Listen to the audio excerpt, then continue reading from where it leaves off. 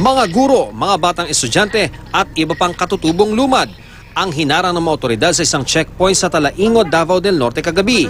Kasama nila sina dating Bayan Representative sa Ocampo at ACT Party List Representative Franz Castro.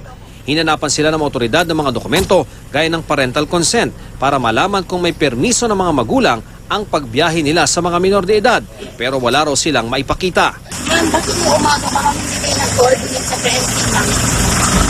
Nag-ano po kami, nag-usapin pa po yan, pero ang nire-resolve po natin dito kung usapin po na po. Nag-emergency po kasi, ma'am. Paliwanag ni Ocampo, sinagip nila ang mga lumad matapos silang magpasaklolo dahil sa nagpapatuloy na military operation sa kanilang lugar. Inirereklamo nila ang umano'y panghaharas na dinanas nila. Profiling, kailangan talaga yung profiling. Saan po nanggagaling ang pangangailangan ng profiling, madam? Trabaho yun ang PNP. Para saan po?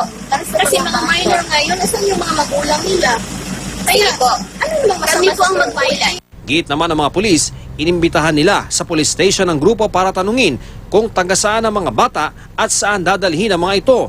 May natanggap din daw na ulat ang pulisya mula sa isang magulang na 5 linggo nang hindi umuwi ang anak nito. Nirescue namin yung mga estudyante, hinaran kami at kino-question yung ginawa namin. Kalahati nung 14 na minors ay meron nang nakakuha na ng document ng parental consent. So ito na yung pinag-uusapang iba pa. Nonetheless, inasuhan kami. Pinag-aaralan na raw ng pulisya ang pagsasampa ng reklamong human trafficking at kidnapping laban sa grupo ni Ocampo.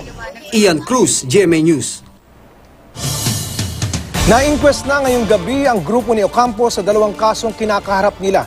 Dinala sa Prosecutor's Office ng Tagum City ang mga kinasuhan para sumailalim sa mugshot at booking procedure.